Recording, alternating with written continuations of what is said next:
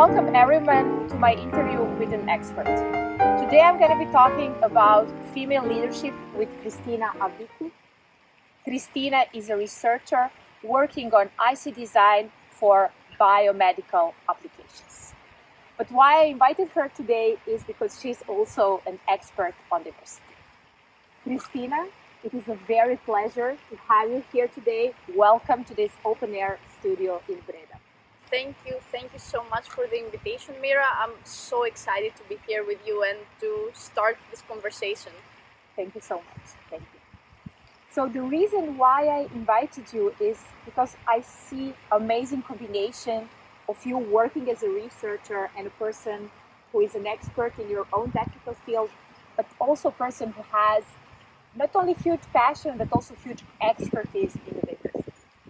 So I want to start this conversation by asking you, how did you start working in diversity?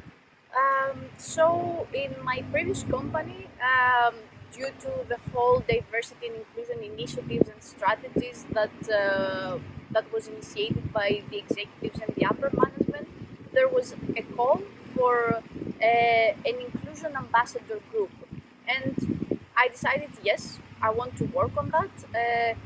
Actually, I was always fond of diversity and in general rights of minority groups.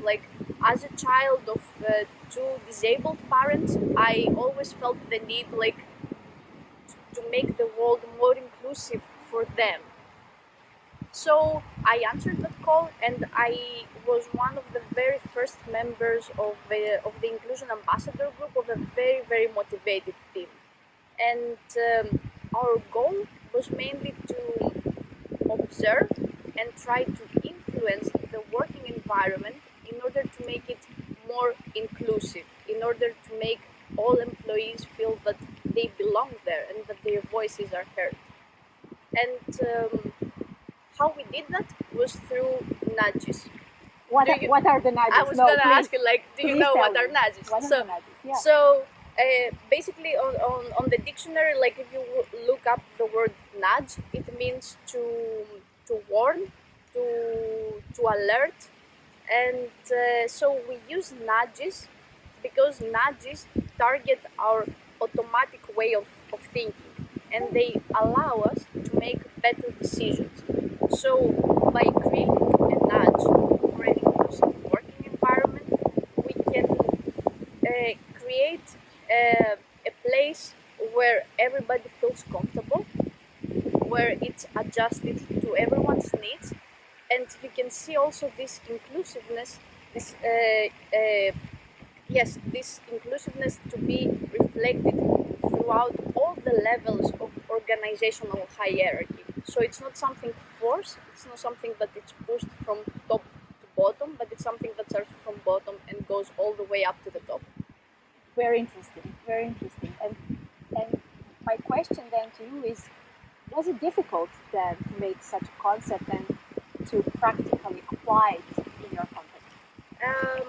Actually, I had to study a lot about behavioral science and psychology and understand how nudge theory works, because you need to know some basic foundations in order to apply it properly. So, for example, when you create a nudge, you need to always respect a person's freedom of choice.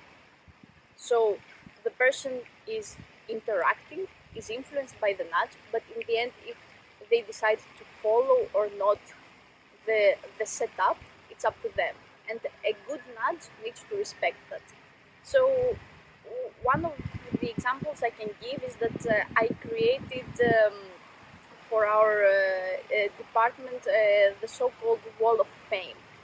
And my inspiration on that came from a trip I was in Japan, where I could see outside of Shinto shrines, there were big boards where worshippers can hang small wooden plates called Emma plates, and on the Emma plates you can write wishes, you can write appreciation words, and all this board was so filled with warmth and kindness, and I was truly inspired by that. And I was thinking this is what is missing from the workplace, this whole concept of kindness, of appreciation. And I guess you already know that recognition is something really important in the workplace. And when you you spend 1 minute of recognizing someone, you can get 100 minutes of initiative in return, and that's something huge that companies can really benefit from. And so we built this wall of fame where people could go there, hang their post-its, their papers, their printouts, and they could appreciate their peers, their managers, their team members, their project teams, and so on. And you could see that this board immediately changed the workplace. It made it more inclusive. It made people feel recognized and appreciated by their managers, by their peers, by the company in general. And it made it more human. It sounds like a more human approach to recognizing someone's efforts. And when you were talking about that, I really like this initiative. When you were talking about that, it came to my mind instantly the parallel between those initiatives like Worker of the Month, you know, like in those big corporations where you have these like very cold boards where you have a Worker of the Month and that's it, it's training. And this is very nice that you explained where you really bring the power of kindness, power of self-reflection, reflection on your own team and so on. Exactly, yeah, because it could be something very small that you appreciate someone giving you help on setting a measurement setup, to something bigger like someone executing like a client deal, or I don't know, and it as you mentioned, I think that was the exact words. It made the workplace a more human place, a place that you want to go back every day and work there. And the Wall of Fame was a big success, so it was launched in all the different branches in the EMEA region, and it was actually this nudge that even made our more skeptical members to join the Inclusion Ambassador group, or to even believe further in nudges. How nice, how nice.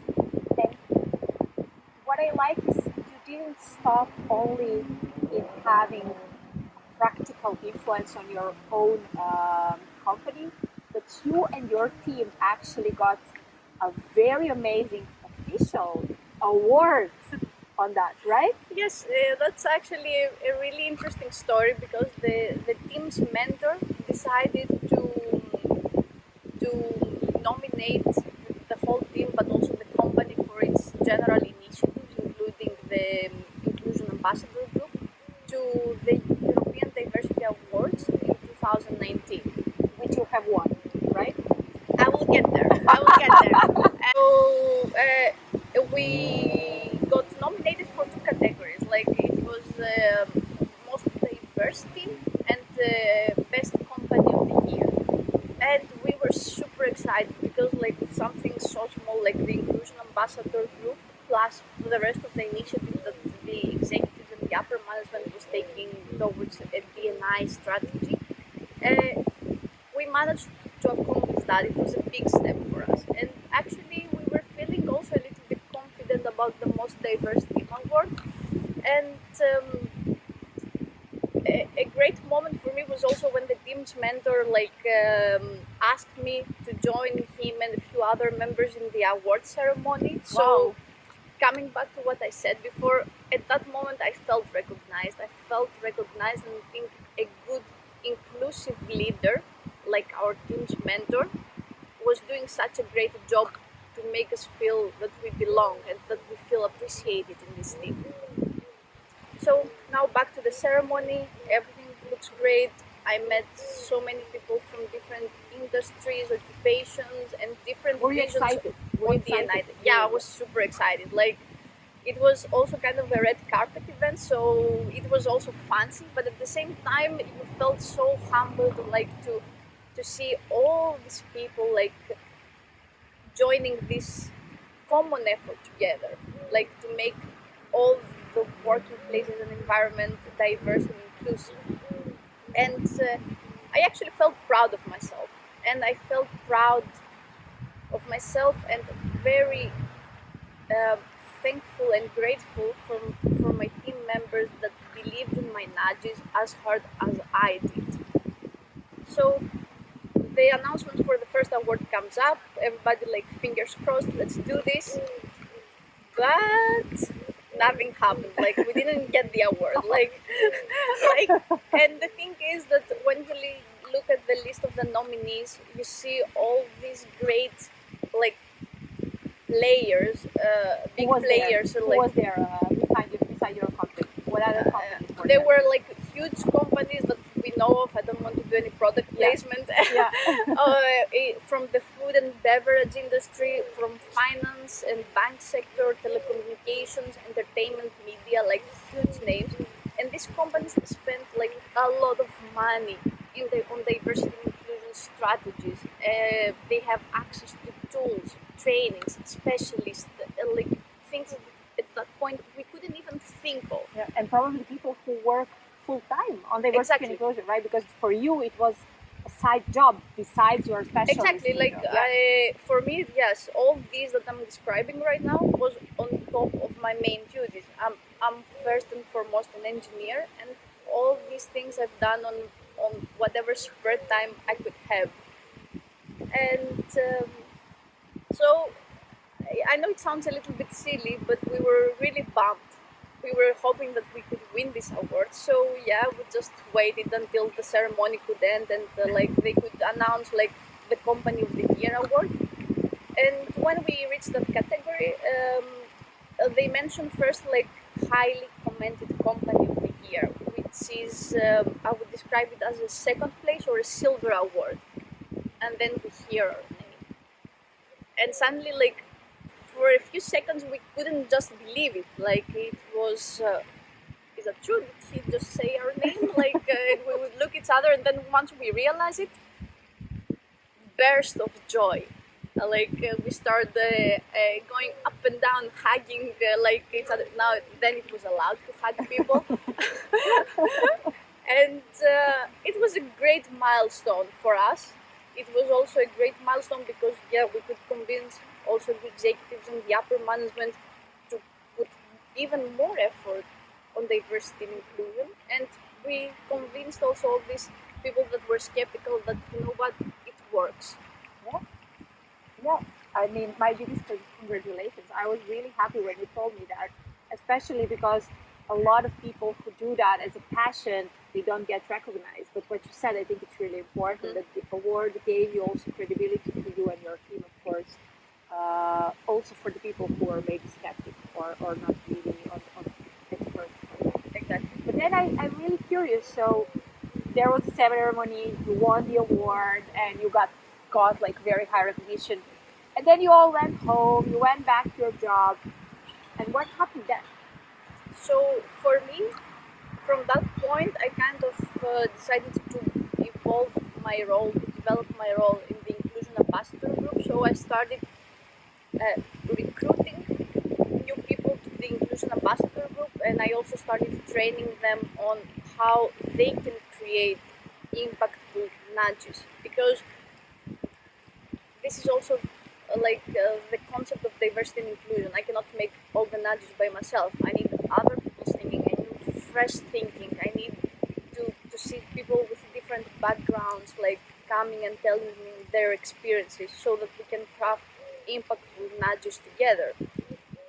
And then how was it for you? How did you feel in that moment when you heard your name, that you were awarded on a global level? It was amazing. It felt, to be honest, it felt right, because it was great to see that all these people that know you and don't know you in person, like, believed in you. They saw your efforts, and at that point I was like, the sky is not even the limit anymore. Definitely is not. For you, definitely is not. And what I want to hear also now is, what are you doing now? Because now you recently changed your company. How much of that experience, of your expertise, of your enthusiasm, are you able to use and make impact in your nowadays role? So yes, during the first lockdown, I changed jobs. I'm currently working as a researcher, IC designer for the Nano Electronic Research Center of IMEC in Leuven, Belgium, and I actually wanted a new technical challenge as well. Like I wanted to meet new people, and IMEC's culture, diversity culture, is something to be praised of. And I know that today, like diversity and inclusion seems a little bit of a trend, and a lot of companies try to, hop on the wagon before the train goes away, but not for him. IMEC, in my opinion, because I also did my master thesis there a few years ago, was always striving to create a diverse and inclusive workplace. And what I like about IMEC is that currently they don't stop. They never stop. They want to reach even higher and higher, and they continuously develop towards the direction. For example, this year we have created like a comprehensive inclusive workplace inclusive policy, and we deeply understand in our culture that we cannot perform research, we cannot be pioneers if we are not diverse, if we are not inclusive, if people don't feel that they belong. Do you feel that you belong there? I definitely do. Like, it's great to know that my voice is heard. And recently, I also started being involved into, again, a diversity and inclusion task force. And what's good about this task force is that it's led by the people for the people, and that's what makes our community great. Like that we have all each other's back, and we try, to be aware, to see if things are wrong, where they are wrong, how we can resolve them. We don't just try to put things under the carpet or something like that. And we had great initiatives this year. For example, unconscious bias training.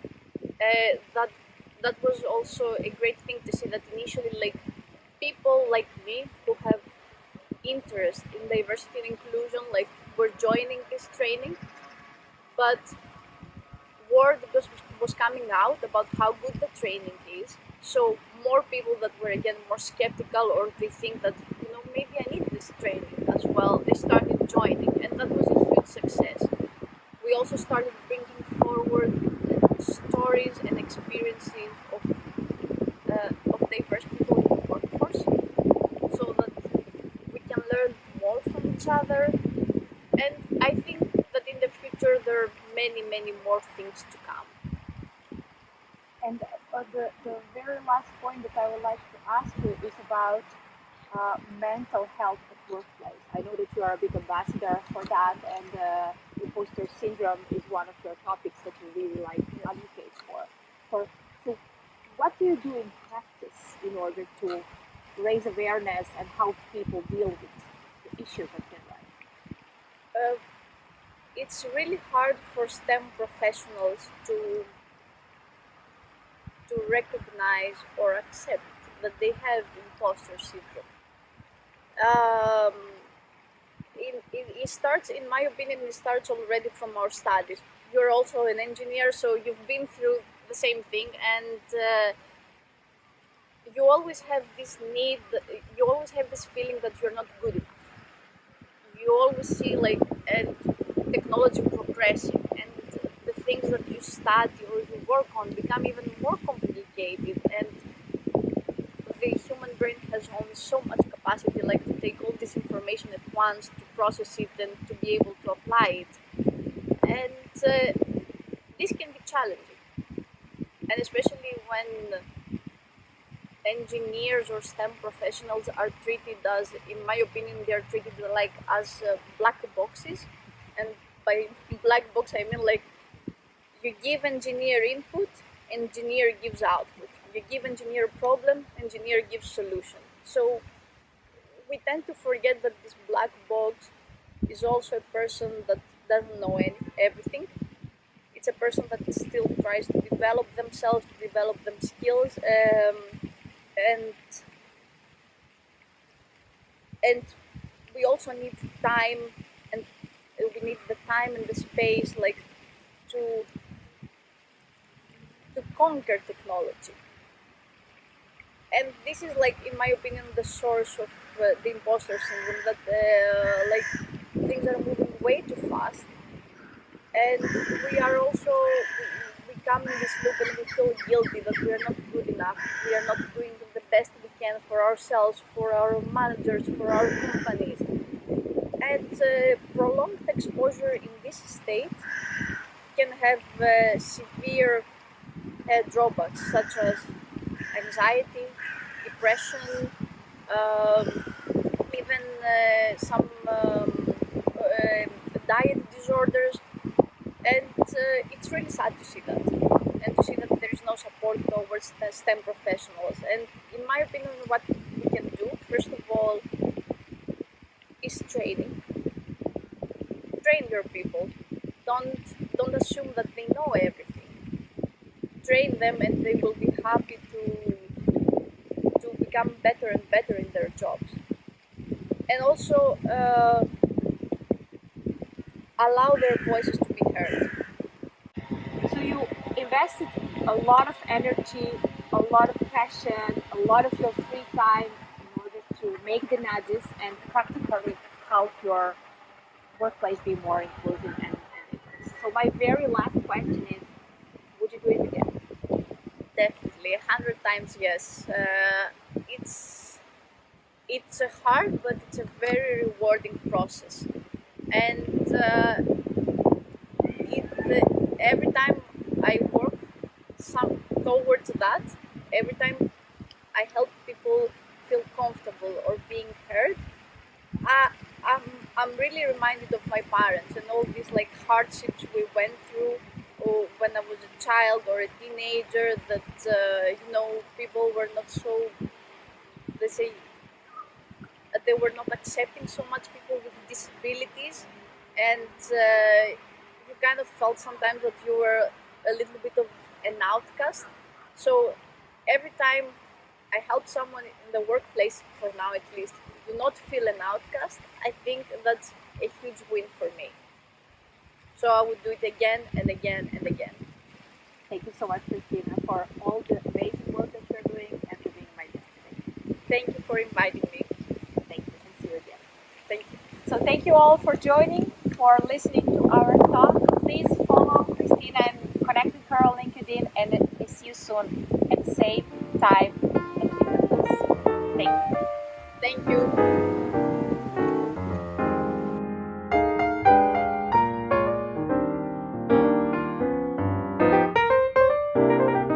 Yes. Can I hug you now? Yeah, sure. Thank you so much. You are so amazing. I'm a visitor.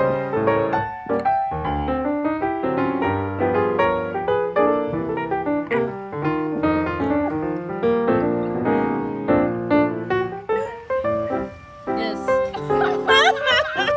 Did you record it?